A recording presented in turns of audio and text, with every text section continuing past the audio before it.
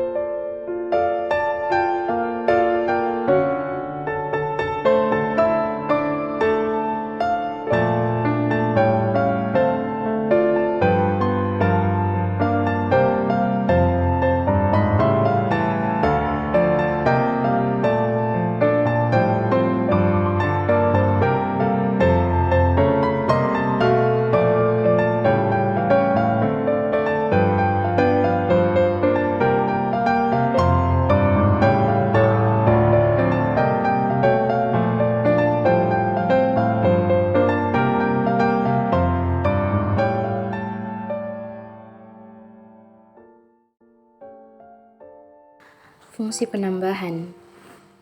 Pertama, etanol. Penggunaan etanol pada proses sokletasi diharapkan dapat mempercepat ekstraksi karena etanol memiliki titik didih 78 derajat Celcius sehingga lebih cepat mendidih dibandingkan dengan air. Yang kedua, kloroform. Kafein larut baik dalam kloroform sehingga digunakan untuk memperoleh ekstra kafein yang maksimal. Yang ketiga, asam sulfat. Asam sulfat digunakan untuk mengendapkan magnesium oksida yang tidak tersaring dengan membentuk garam. Yang keempat, natrium hidroksida digunakan untuk menetralkan kelebihan asam sulfat. Dan yang terakhir, magnesium oksida digunakan untuk memisahkan kafein dari pengotor, juga sebagai agen pengering.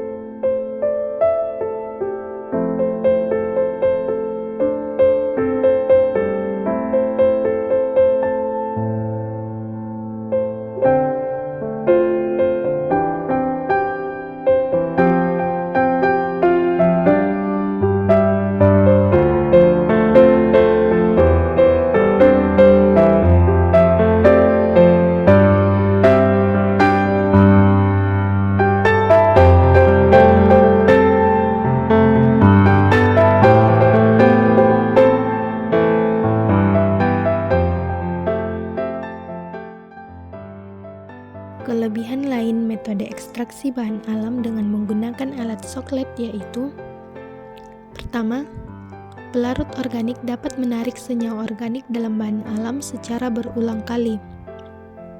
Kedua, waktu yang digunakan lebih efisien. Ketiga, proses ekstraksi berjalan terus-menerus sesuai dengan keperluan, tanpa menambah volume pelarut. Hal ini sangat menguntungkan karena selain ekonomis, akan diperoleh ekstrak yang lebih pekat. Dengan kata lain, pelarut yang dibutuhkan lebih sedikit dibandingkan dengan metode maserasi ataupun perkolasi.